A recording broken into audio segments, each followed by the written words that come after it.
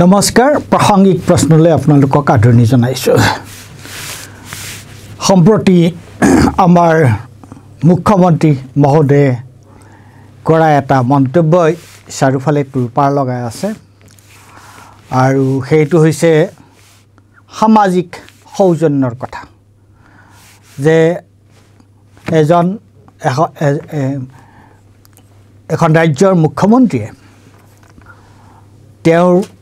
আচৰণ কথা বতৰা কেনেকুৱা ধৰণৰ হোৱা উচিত আৰু তেওঁৰ মতৰ কোনোবাই যদি বিৰোধিতা কৰিছে বা তেওঁ যদি কাৰো মতৰ বিৰোধিতা কৰিছে তেতিয়া তেওঁ কি ধৰণৰ আচৰণ কৰা উচিত বা কেনেকুৱা ধৰণৰ সৌজন্যৰে বিষয়টো আলোচনা কৰা উচিত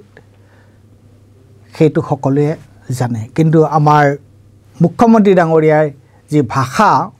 ব্যৱহাৰ কৰিবলৈ লৈছে আৰু তাকো সামাজিকভাৱে এইটো আসলতে কি ধৰণৰ আচৰণ আৰু কি ধৰণৰ সংস্কাৰ আমাৰ ভৱিষ্যত পুৰুষৰ কাৰণে লৈ আহিব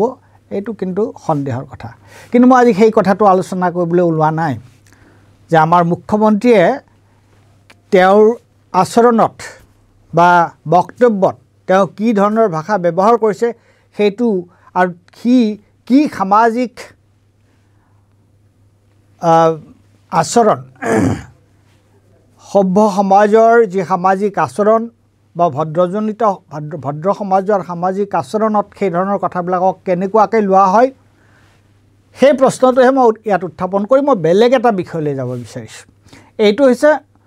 আমাৰ মুখ্যমন্ত্ৰীয়ে যিটো কৰিছে সেইটো হৈছে সামাজিক যিটো আচৰণ বিধি তাৰ ভংগ কিন্তু তাতোকৈ ডাঙৰ কথা হৈছে যে মানৱ অধিকাৰ ভংগ সন্দৰ্ভত আমাৰ সৈন্যবাহিনীৰ প্ৰধানে কি কৈছে সেইটো গুৰুত্বপূৰ্ণ কথা আৰু অসমত এই পৰিস্থিতিটো কেনেকুৱা সেই সন্দৰ্ভতহে মই আপোনালোকৰ অলপ দৃষ্টি আকৰ্ষণ কৰিব বিচাৰিছোঁ আপোনালোকে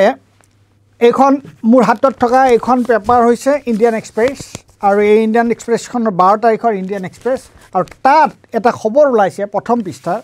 army chief speaks up on civilian deaths zero' tolerance for rights violation তেওঁ কি কৈছে যে আৰ্মিৰ মুৰব্বীজনে যে এই যে পঞ্জাব নহয় জম্মু কাশ্মীৰত যে সৈন্যবাহিনীৰ কনভয়ত সন্ত্ৰাসবাদীয়ে গুলি কৰোঁতে 4জন জোৱানৰ মৃত্যু হৈছিল আৰু তাৰপিছত সৈন্যবাহিনীয়ে ওচৰ চুবুৰীয়া মানুহক লৈ আহি তেওঁলোকক বিনা অপৰাধত বিনা কাৰণে কোনো ধৰণৰ যিটোৱে এই ঘটনাৰ লগত জড়িত নহয় তেনেকুৱা মানুহক ধৰি আনি তেওঁলোকক অত্যাচাৰ কৰি পুলিচ কাষ্টডিত তেওঁলোকক অত্যাচাৰ কৰি আৰ্মিৰ জিম্মাত তেওঁলোকক অত্যাচাৰ কৰি তেওঁলোকৰ মৃত্যু হৈছিল আৰু এইটো কথা আমি আগতে প্ৰাসংগিক প্ৰশ্নত উত্থাপন কৰিছিলোঁ এতিয়া মোৰ প্ৰশ্ন এটা হৈছে যে সৈন্যবাহিনীয়ে কেইজনমান মানুহক ধৰি আনি তেওঁলোকৰ ওপৰত অত্যাচাৰ কৰাৰ পিছত তেওঁলোকৰ মৃত্যু হ'ল আৰু তাৰপিছত লগে লগে জম্মু কাশ্মীৰ প্ৰশাসনে তেওঁলোকৰ কাৰণে 30 লাখকৈ টকা তেওঁলোকে জৰিমনা তেওঁলোকক ক্ষতিপূৰণ হিচাপে দিয়াৰ কথা উঠিল তেওঁলোকৰ ঘৰৰ এগৰাকী মানুহক চাকৰি দিয়াৰ কথা উঠিল তাৰপিছত তেওঁলোকক এটুকুৰা মাটি দিয়াৰ প্ৰশ্ন উঠিল আৰু এতিয়া 12 তাৰিখৰ ইণ্ডিয়ান এক্সপ্ৰেছত এই কথাটো ওলাইছে যে army chief speaks up on civilian deaths zero' tolerance for rights violation যে আৰ্মিৰ মুৰব্বীজনে কৈছে যে সাধাৰণ নাগৰিকক অত্যাচাৰ কৰাৰ সন্দৰ্ভত আৰু মানুহৰ যে মানৱ অধিকাৰ ভংগ কৰাৰ সন্দৰ্ভত কৈছে তাত শূন্য সহনশীলতাৰ কথা কৈছে আৰু তেওঁ কি কৈছে মই আৰু অকণ পঢ়ি দিছোঁ তাৰপিছত মই কথাটো লিখিম In his first public comments on the deaths of 3 civilians who were allegedly tortured in custody in Poonch district of Jammu and Kashmir Army Chief General Manoj Pandey on Thursday said there would be zero tolerance for human rights violation. Bas, বঢ়িয়া। এতিয়া প্ৰশ্নটো হৈছে জম্মু কাশ্মীৰত human rights ভায়োলেশ্যনৰ কাৰণে ভাৰতৰ সৈন্য বাহিনীৰ মুৰব্বীয়ে কৈছে যে এই ক্ষেত্ৰত শূন্য সহনশীলতাৰ নীতি অৱলম্বন কৰা হ'ব। মোৰ প্ৰশ্নটো হৈছে যে অসমত যোৱা সময়ছোৱাত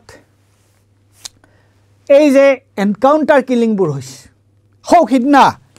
সৌসিদিনা এই যে দীপাংকৰ গগৈ বোলা ল'ৰাজন ছুইচাইড কৰিলে, পল্লৱজ্যোতি গগৈ আলফাৰ লিংকমেন বুলি গুলি কৰা হ'ল। তাৰ আগতে যোৰহাটত কয়লাৰ ট্ৰাকৰ সন্দৰ্ভৰ পৰা পুলিচে পইচা লৈ থকা ছবি তোলাৰ কাৰণে জয়ন্ত বৰা বোলা ল'ৰাজনক 2021 চনত গুলিয়াই মৰা হ'ল। মোৰ প্ৰশ্ন হ'ল যে এই যিবোৰ এনকাউণ্টাৰ কিলিং, তাৰপিছত এই যে উচ্ছেদ আৰু এনেকুৱা ধৰণৰ, আৰু সেইটোৱে নালাগে, এই যে কা আন্দোলনৰ সময়ত যি 4জন ল'ৰাৰ মৃত্যু হ'ল, পুলিচৰ গুলিত মৰিল, এইবোৰত মানৱ অধিকাৰ ভংগ হৈছে নে নাই হোৱা? এইবোৰ মানৱ অধিকাৰ ভংগৰ ঘটনা হয় নে নহয়?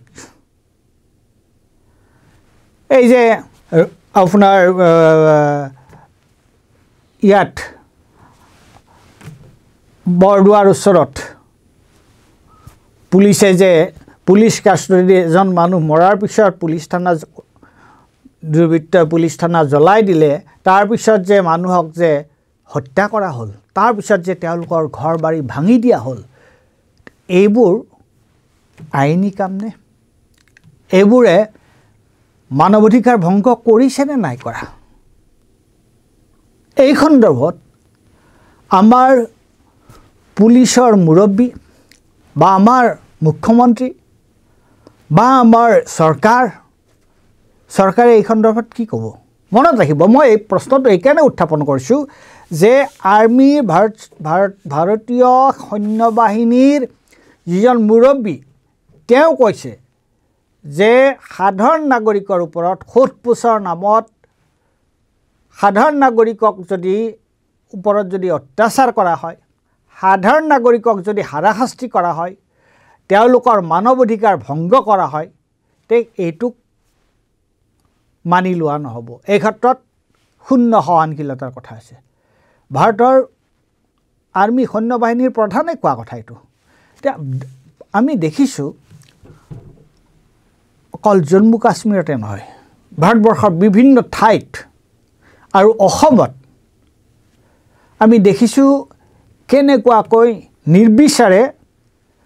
মানৱ অধিকাৰ ভংগৰ ঘটনা ঘটি আছে। তাৰ উদাহৰণ উচ্ছেদৰ সময়ত চৰকাৰে যি ধৰণে উচ্ছেদ কৰিছে,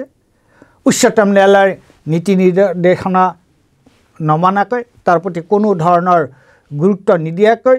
ভ্ৰূক্ষেপ নকৰাকৈ, ঠিক তেনেদৰে আপোনাৰ এনকাউণ্টাৰ কিলিং যিবোৰ হৈছে, তাত এতিয়াও উচ্চ ন্যায়ালয়ে গুৱাহাটী উচ্চ ন্যায়ালয়ে কৈছে যে চৰকাৰক বিচাৰিছে যে আপোনালোকে যে এইবিলাক এনকাউণ্টাৰ কিলিং যিবোৰ হৈছে,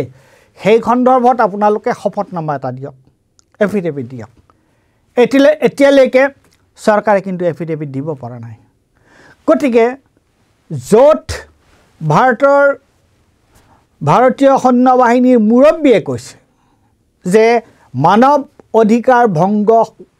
যিবোৰ ঘটনা, তাত শূন্য সহনশীলতা দেখুওৱা হ'ব, তেনেহ'লে কেনেকৈ নিৰ্বিচাৰে অসমত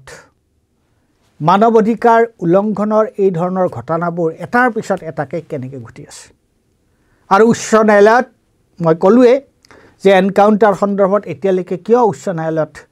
গুৱাহাটী হাইকোৰ্টত কিয় অসম চৰকাৰে শপতনামা দিব পৰা নাই? গতিকে এইটো এটা মই ভাবোঁ যে সৈন্য বাহিনীৰ প্ৰধানৰ এই যে মনোজ তেখেতৰ তেখেতৰ নাম হৈছে মনোজ পাণ্ডে। মনোজ পাণ্ডে তেওঁৰ যিখিনি কথা, তেওঁৰ যিটো বক্তব্য, সেই বক্তব্যটো আমাৰ অসমৰ কাৰণে এইটো প্ৰযোজ্য হয় নে নহয়, মই এই কথাটোৰ প্ৰতি আৰ্মীৰ সৈন্যবাহিনীৰ প্ৰধানৰ, ভাৰতীয় সৈন্যবাহিনীৰ যিজন প্ৰধান, তেওঁ কোৱা এই কথাখিনি মই ভাবোঁ যে আমাৰ অসমৰ আৰক্ষী সঞ্চালক প্ৰধান, অসমৰ গৃহ বিভাগৰ দায়িত্বত থকা মুখ্যমন্ত্ৰী মহোদয়, তেওঁলোকে এইখিনি কথা ভালদৰে অনুধাৱন কৰিব আৰু এই সন্দৰ্ভত তেওঁলোকে তেওঁলোকৰ নিজৰ প্ৰতিক্ৰিয়া প্ৰকাশ কৰিব। কিয়নো এইটো কোনোবা এজন মানৱ অধিকাৰ কৰ্মীয়ে কোৱা নাই, কোনোবা এজন মানৱ অধিকাৰ আন্দোলন কৰা মানুহে কোৱা নাই, কোনোবা এজন অধিবক্তাই কোৱা নাই। এই কথাটো আহিছে স্বয়ং ভাৰতৰ সৈন্যবাহিনীৰ মুৰব্বীৰ পৰা, আৰ্মীৰ হেডে এই কথাটো কৈছে। গতিকে এইটো অস্বীকাৰ কৰা কথা নহয়। আৰু কিন্তু এই সন্দৰ্ভত আমাৰ চৰকাৰে, অসম চৰকাৰৰ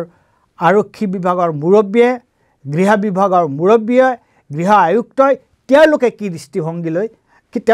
দৃষ্টিভংগী লয় সেইটোহে লক্ষণীয় হ'ব। ধন্যবাদ।